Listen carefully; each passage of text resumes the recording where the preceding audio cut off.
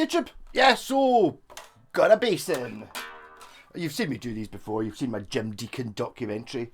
Here we go, we've got a, which I called a Sharpie logo, Jim Deacon, era 90s, don't know. But thing with these things is, these have the super glossy, orangey looking neck on them, which makes them awesome P-basses. Just a standard P-bass. This one's got an upgraded Wilkinson bridge on it. Playing through my wee rolling tube. I'm trying the radio mic thing again. See, look, I'm completely free of it. Yeah. Playing through this. Boom, boom. Ha!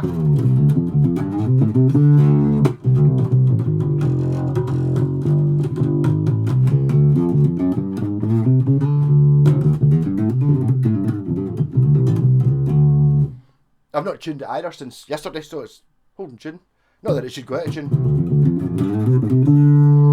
So, P-bass, all you've got is a volume and a tone for... Or... I'm not sure about these radio mic things. I've kind of gone off them. There was it sometimes does that kind of thing, which I don't like.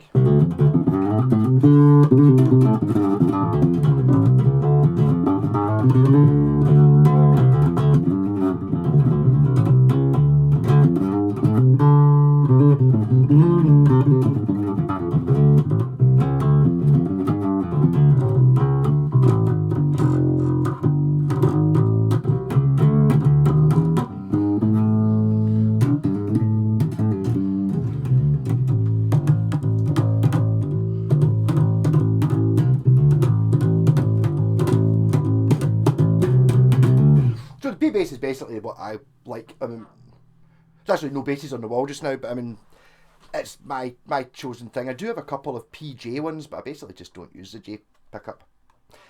I've never really found a situation for what I play where it's really necessary having active circuits and many pickups and all that.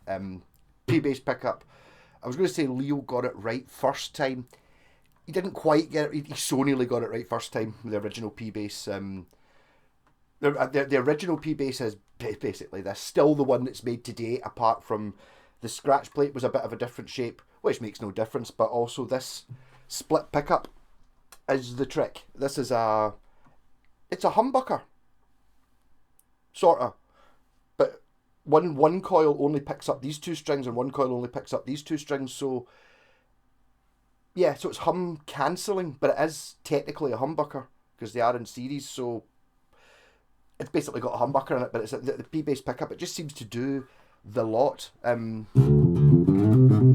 very first couple of years of the P-bass, it just had a normal single coil pickup. I think it's 1954 or 1955. That kind of era when it's basically still what you buy now from then. Originally, it had a Telecaster-shaped headstock. I think the idea of making this shape of headstock was so there was more room to put Fender on it, to be honest. Yeah, so I just a P-bass, and a little bit like the Telecaster.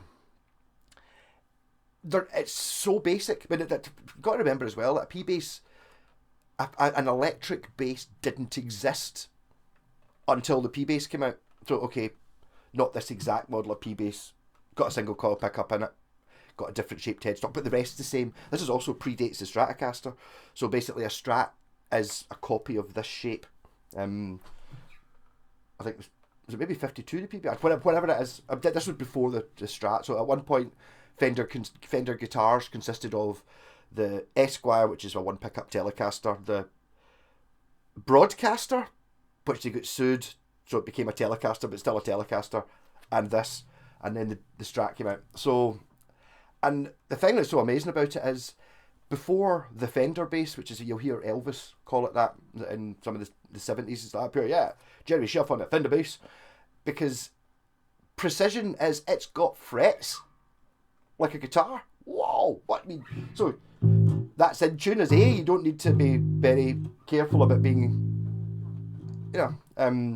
also the scale length, 34 inches, because I mean, before the Fender bass, there was the upright bass, which are huge. They look big. I mean, you know they're big when you look at it. You've seen them on stage and all that. They're massive. But see when you actually get a shot of one. My pal Steph had one.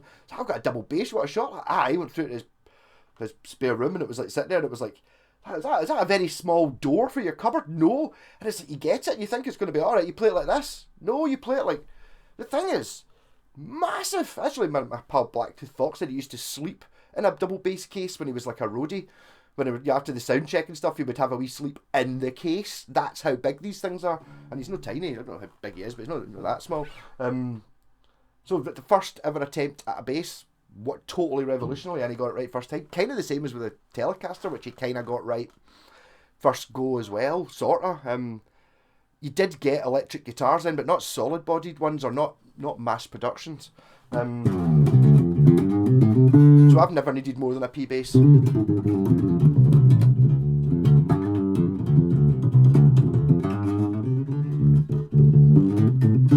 I'm putting this as the internet will hate me for this because it's not the popular opinion, but I would say this is your classic vibe Squire, pretty much kind of thing, with the slightly fancier one rather than is it the Affinity, the cheaper one with the sort of powdery. They didn't bother, it doesn't have the glossy neck and all that. Kind of that. But these can be picked up pretty cheap, as long as you get one that's been set up, which is the big trick really in it. So I've set this up and sorted out any issues I had.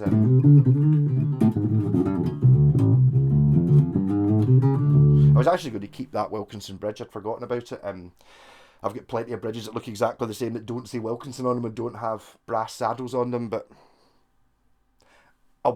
although I'd obviously, which one would you rather have? A plain boring one or one that says Wilkinson on it and that is has got brass saddles on? I'll take that one. But sonically, doesn't make any difference. It doesn't.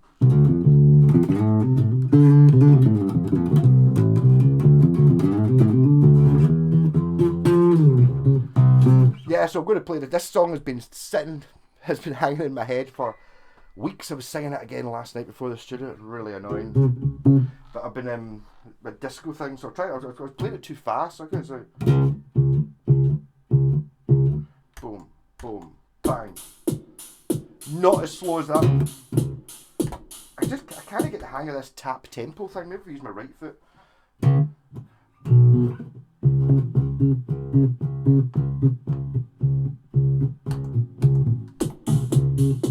Gee, why is that faster than what I just tapped? Boom, boom, go. No, boom, boom, go.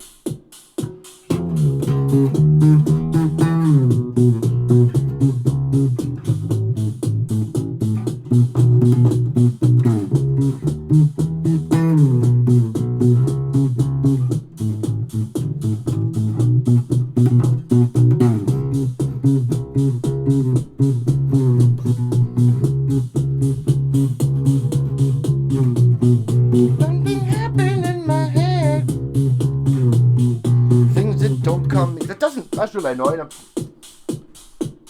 kind of want that to be a wee bit slower. That's why I like that drum pedal, not the drum pedal, the multi-effects thing. It's got the tap tempo, yeah, so you can set it, but then you can just turn it down just a wee bit. I'd love to have a wee dial that just went, can I just take a wee bit off it, because it's almost impossible to... You've already got douche. How do you make it just slightly... I'm maybe just not in tune enough to do that, and my brain's not in tune enough. What you get and what you see is the first line. Okay, here we go. Here we go. We'll go first, see if I can get how far through Disco Blind I get.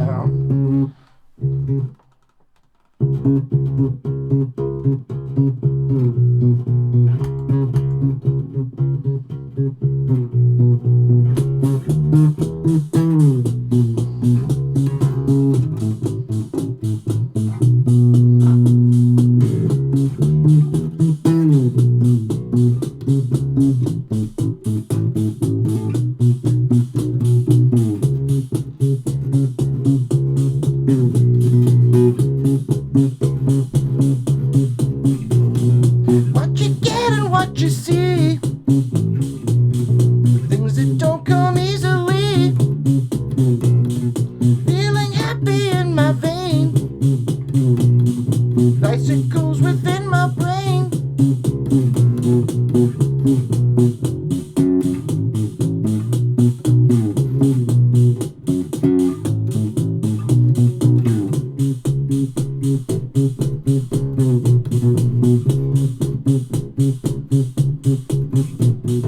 Something blowing in my head. It's hard to sing.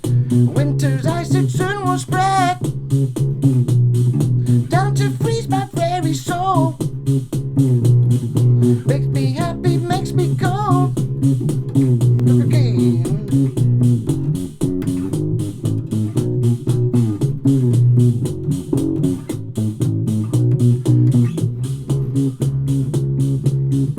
Sorry. My eyes are blind, but I can see the snowflakes glisten on the tree. The sun no longer set me free. There are place, no place killing me.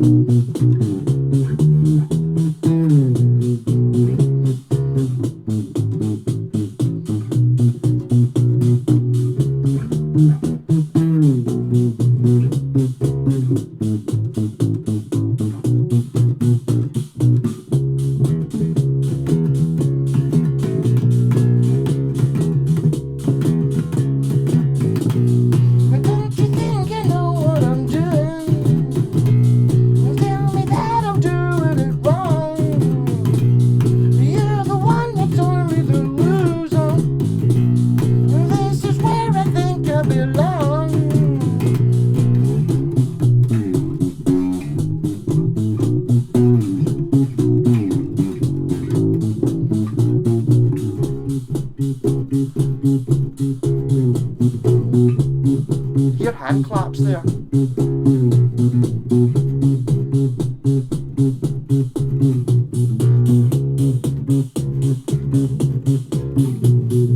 Let the centered sunshine on. Let me feel the frost of dawn. Build my dreams of flakes of snow. Soon I'll feel this chilling glow. Okay.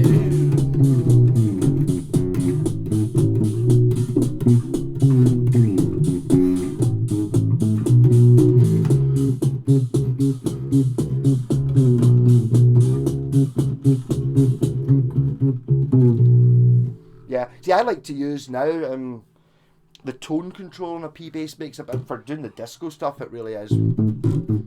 Especially when running through. I mean, I'm playing through Roland Cube bass, which are awesome. I totally didn't realise what it was I bought when I bought it. My faults with the Roland Cube are the tuner on it is not an automatic sensing tuner, which is, I don't really care about that. But I would really like to have a tempo dial for that drum machine. It's really annoying. It's got a volume and it's got a variation. It's got a tap tempo and it's got a start stop. I just wish it had another knob that you could just go, oh, could I just turn it down a wee bit? Slow it down a wee bit or speed it up a wee bit. 'Cause it's so difficult to try and. How do I make that a wee bit slower? Okay, maybe that's how you do it. That's more like it, idiot. Yeah, okay, so what you do is you tap it on the beat and then you tap it just a wee bit after the beat if you want it to be slower, so I can make it faster by going. Yeah. Anyhow, Jim Deacon P bass. This one has an issue. Well, it's not really an issue. The scratch plate is warped. Doesn't make any difference, but it's kind of like a bit. It's not flat. I don't know what's caused that. I don't know if it's maybe been sitting next to a radiator or something. I don't know. Whatever happened. I do remember this is on a Squire JV bass that I tried to buy off somebody 20 years ago because I didn't know what it was. I'd borrowed it because I didn't have a bass. And it was just a Squire JV, and I thought, Squires, they're £120 new. So I offered the guy 60 quid for it. He's like, no, I wouldn't take 500 for it, or 400. He's like, it's worth at least. I was like, it's a Squire. But I didn't know anything about. It's a Japanese Squire, Fender bits in it and all that. They were a great bass. I think if I'd probably bought it at £400, they're probably worth about £1,000 now. There you go.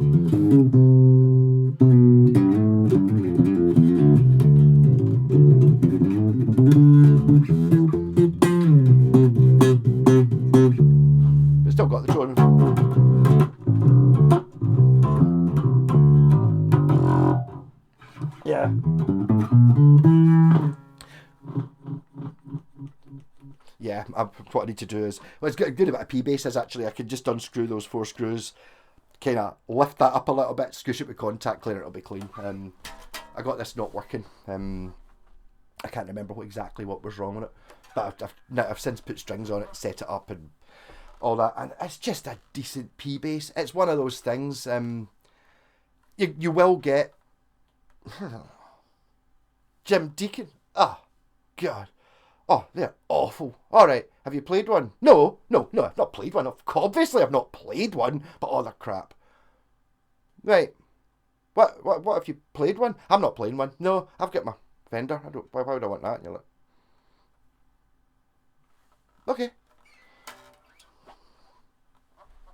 It's like that unbelievably crap film. What's it called? I'm trying to think of a film I've not watched yet. You know what I mean? It's like Casablanca. It's a terrible film. Oh God, why would you want to watch that? Have you seen it? No. But I mean, for God's sake, it's black and white. It must be crap.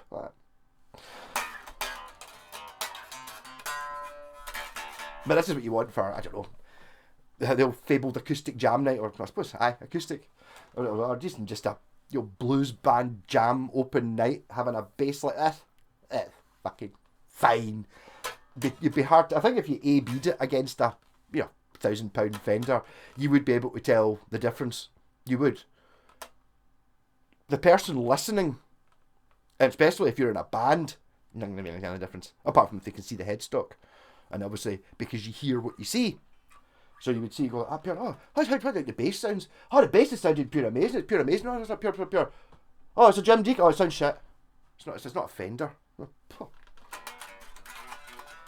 But I'd have this over many basses that are kicking about.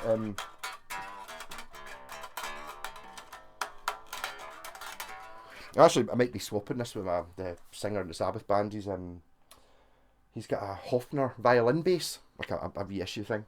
Apparently, I don't know how. He's meant to send me pictures of it. It's damaged. I reckon it's worth about £100. And I was like, well, I get like 125 for these, something like that.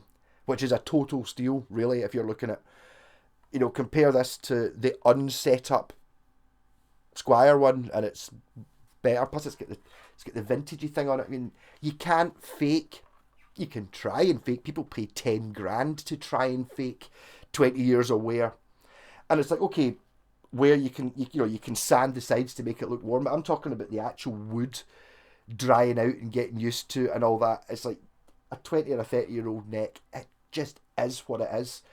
Anything that isn't 20 or 30 years old but is pretending to be, it's very obvious. Most of my guitars are 20, 30 years old, by the way. That's how I know this. Actually, there's 3. That one, and that one are all, 2019. That's 5 years old. Jesus. And it's like, they're still class as new. All the other ones are 20, 30, 40 years old. That one's 50 years old. This year, actually, 50 years old. But the wood changes and dries out and stuff. I think that's partly why you can kind of, I don't know, you can't fake that. Also, if you go back 20 or 30 years when this came out, just be totally honest here, wood was more available, so you got better wood on cheaper guitars. Now, you generally get better hardware on cheaper guitars, but the wood is, that horrible powdery maple and what's that fretboard you get? Sometimes Jacksons have it. It's kind of like black straight. It looks terrible and it feels bad. Just because it's much cheaper. You can't get cheap rosewood now, so you generally tend to find that. I think even you're up at a few £100 before you even get rosewood. Never mind these, which have actually got. This has actually got quite light rosewood, but it's nice and consistent.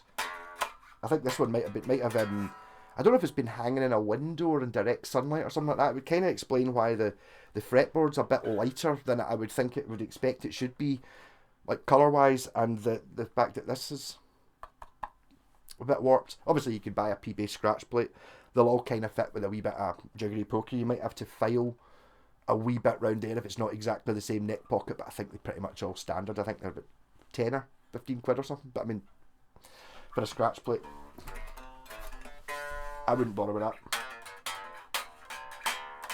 So, again, another Jim Deacon P-bass, and I suppose I have to say, in their favour, which is definitely a good thing. Pretty much exactly the same as the last one I had. Apart from the last one I had was Sparkle Pink, but it's the same.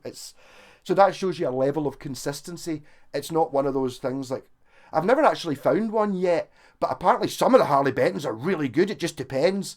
All the ones I've played have been different types of shit.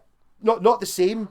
Not shit for exactly the same reasons. Well, the exactly same reason is it's really badly built, right? But this one, this one's got the necks all in the wrong place. This one's got the bridge in the wrong place, and this one, the neck, this is wrong, and you're like, so it's different things that are wrong on them. But these are all kind of pretty much consistent.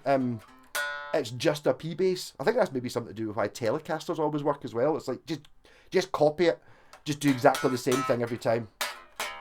I mean, consistency-wise, it's great. I always feel that with West Tone Thunders. If you ever managed to find a West Tone Thunder, I was using mine last night at the studio. I think I'm going to have to ditch it though. Well, for the Black Sabbath band, it just rings too long. It's like, I know that sounds really stupid, but Geezer Butler didn't have a bass that did that because they didn't really exist in the 60s. You know what I mean? It really does. I can just go bong, and it's literally like having a sustainer on, because I've got like a fuzz pedal and I'm playing through a massive amp. But literally, I can just hit a note and just wait, and it will never stop ever until the power runs out or I fall over, till I pass out. You know what I mean? It's kind of bizarre, which is actually quite difficult to use. I've had this problem with guitars before, especially see the Washburn Falcons, the Washburn Wing series, some of the like the through neck ones with the sustainy thing going on. You have to learn to stop notes, whereas you're used to just going, oh, just play a D, bang, and then back into the next verse. There we go.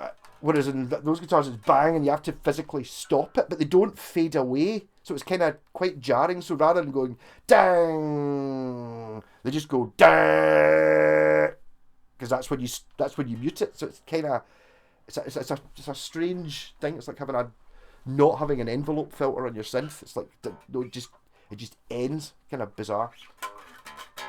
Yeah. So there's my 5-minute video, but. Jim Deacon P-basses, but again, if you don't have a bass and you play guitar, you've got a couple of guitars, get yourself a bass. They're amazing fun, and so much. It's so good. But I was actually talking to someone again about like a click track or a drum machine. That's a huge thing on a bass. It gives you so much confidence. Learn to play along with it. I mean, I never did. The first time I've been in bands doing gigs and stuff like that. And then when I started recording when I had my recording set up, I used like a Yamaha DD something, looked a bit like a spaceship sort of drum kit, like a plastic unit with separate foot pedals drum kit. And for recording the rhythm tracks, I would just basically have a click track on. So technically I was just playing along with a click track. But then I started, once I got that, that Jam Man's got a click. You can just having a very simple, and then you start going, oh, hold on.